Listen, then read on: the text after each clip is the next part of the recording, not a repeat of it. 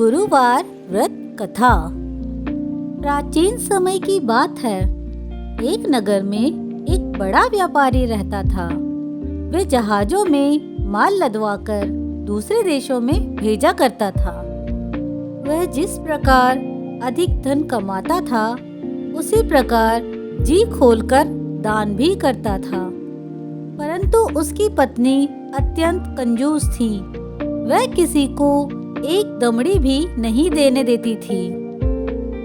एक बार सेठ जब दूसरे देश व्यापार करने गया, तो पीछे से बृहस्पति देव ने साधु वेश में उसकी पत्नी से भिक्षा मांगी। व्यापारी की पत्नी बृहस्पति देव से बोली, हे साधु महाराज, मैं इस दान और पुण्य से तंग आ गई हूँ। आप कोई ऐसा उपाय बताएं जिससे मेरा सारा धन नष्ट हो जाए और मैं आराम से रह सकूं। मैं यह धन लुटता हुआ नहीं देख सकती। बृहस्पति देव ने कहा, हे देवी, तुम बड़ी विचित्र हो। संतान और धन से कोई दुखी होता है? अगर अधिक धन है तो इसे शुभ कार्यों में लगाओ। कुंवारी कन्याओं का विवाह कराओ। विद्यालय और बाग बगीचों का निर्माण कराओ। ऐसे पुण्य कार्य करने से तुम्हारा लोक परलोक सार्थक हो सकता है। परंतु साधु की इन बातों से व्यापारी की पत्नी को खुशी नहीं हुई। उसने कहा, मुझे ऐसे धन की आवश्यकता नहीं है जिसे मैं दान कर दूं। तब बृहस्पति देव बोले, यदि तुम्हारी ऐसी इच्छा है तो तुम एक उपाय करना। 7 बृहस्पतिवार घर को गोबर से लीपना, अपने केशों को पीली मिट्टी से धोना, केशों को धोते समय स्नान करना, व्यापारी से हजामत बनवाने को कहना, भोजन में मांस मदिरा खाना, कपड़े अपने घर पर धोना। ऐसा करने से तुम्हारा सारा धन नष्ट हो जाएगा। इतना कहकर बृहस्पति देव अंतर ध्यान हो गए। व्यापारी की पत्नी ने बृहस्पति देव के कहे अनुसार 7 बृहस्पतिवार वैसा ही करने का निश्चय किया। केवल 3 बृहस्पतिवार बीते थे कि उसकी समस्त धन संपत्ति नष्ट हो गई और वह परलोक सिधार गई। जब व्यापारी वापस आया तो उसने देखा कि उसका सब कुछ नष्ट हो चुका है। उस व्यापारी ने अपनी पुत्री को सांत्वना दी और दूसरे नगर में जाकर बस गया। वहां वह जंगल से लकड़ी काट कर लाता और शहर में बेचता। इस तरह वह अपना जीवन व्यतीत करने लगा। एक दिन उसकी पुत्री ने दही खाने की इच्छा प्रकट की, लेकिन व्यापारी के पास दही खरीदने के पैसे नहीं थे। वह अपनी पुत्री को आश्वासन देकर जंगल में लकड़ी काटने चला गया। वहां एक वृक्ष के नीचे बैठ अपनी पूर्व दशा पर विचार कर रोने लगा।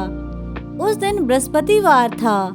तभी वहां बृहस्पति देव साधु के रूप में सेठ के पास आए और बोले, हे मनुष्य, तू इस जंगल में किस चिंता में बैठा है? तब व्यापारी बोला, हे महाराज, आप सब कुछ जानते हैं। इतना कहकर व्यापारी अपनी कहानी सुनाकर रो पड़ा। बृहस्पति देव बोले, देखो बेटा, तुम्हारी पत्नी ने बृहस्पति देव का अपमान किया था, इसी कारण तुम्हारा ये हाल हुआ है।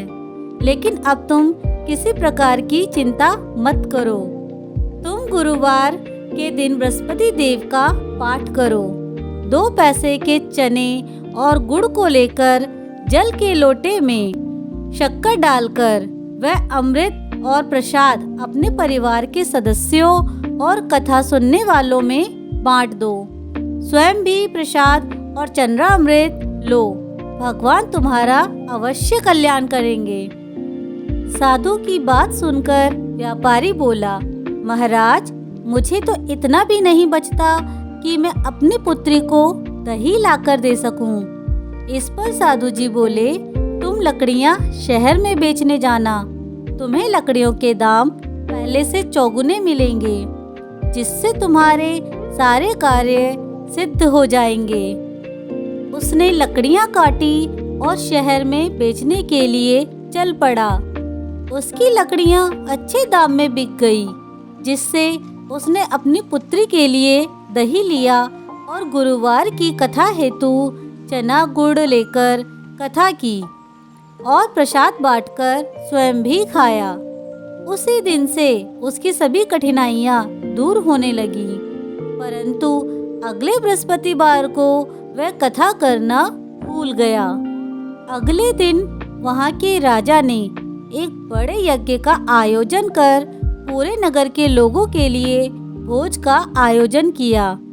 राजा की आज्ञा अनुसार पूरा नगर राजा के महल में भोज करने गया, लेकिन व्यापारी और उसकी पुत्री तनिक विलंब से पहुँचे। अतः उन दोनों को राजा ने महल में ले जाकर भोजन कराया। जब वे दोनों लौटकर आए, तब रानी ने देखा कि उसकी खूंटी पर टंगा हार गायब है।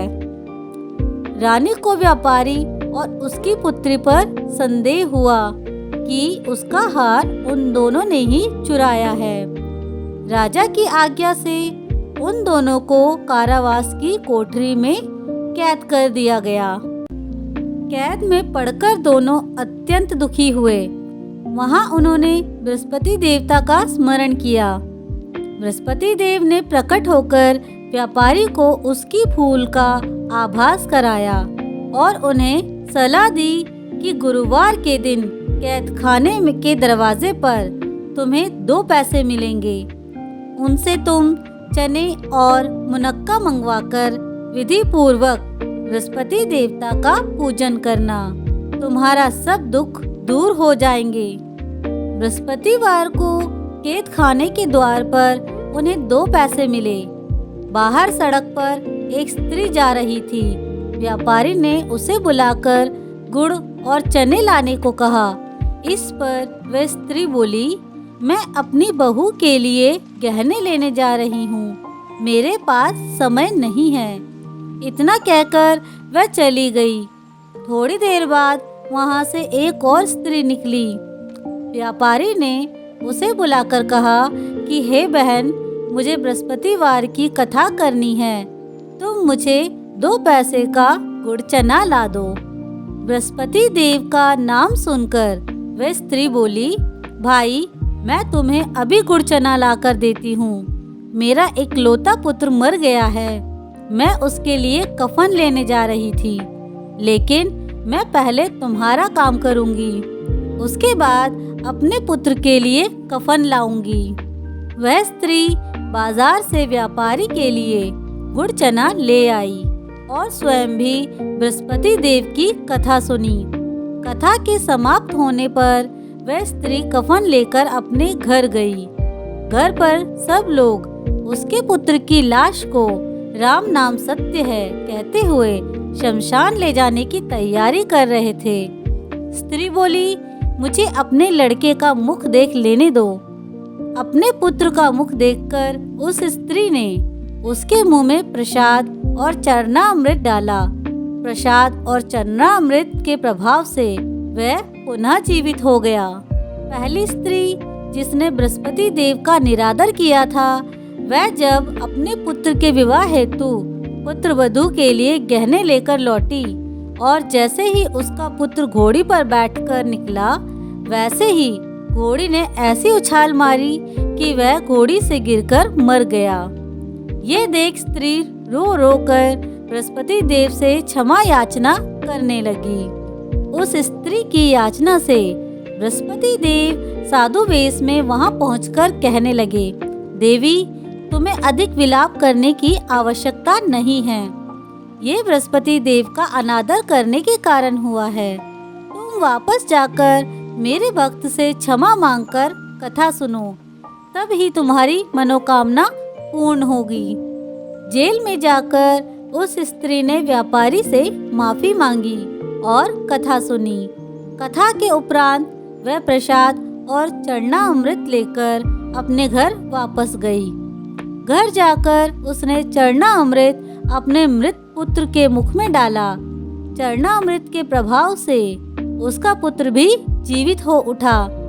उसी रात बृहस्पति देव राजा के सपने में आए और बोले, हे राजन, तूने जिस व्यापारी और उसकी पुत्री को जेल में कैद कर रखा है वह बिल्कुल निर्दोष है। तुम्हारी रानी का हार वहीं खूंटी पर टंगा है। दिन निकला तो राजा रानी ने हार खूंटी पर लटका हुआ देखा। राजा ने उस व्यापारी और उसकी पुत्री को रिहा कर दिया और उन्हें आधा राज्य देकर उसकी पुत्री का विवाह उच्च कुल में करवाकर दहेज में हीरे जवाहरात दिए। इस व्रत के प्रभाव से व्यापारी का जीवन सुखी हो गया। बोलो विष्णु भगवान की जय। बोलो बृहस्पति देव की जय। दोस्तों, आपको ये कहानी कैसी लगी मुझे कमेंट करके जरूर बताएं। अगर कहानी अच्छी लगी हो तो प्लीज़ इसे लाइक, शेयर और मेरे चैनल को सब्सक्राइब करना ना भूलें। आप अगली कहानी किस पर सुनना चाहते हैं मुझे कमेंट करके जरूर बताएं। धन्यवाद।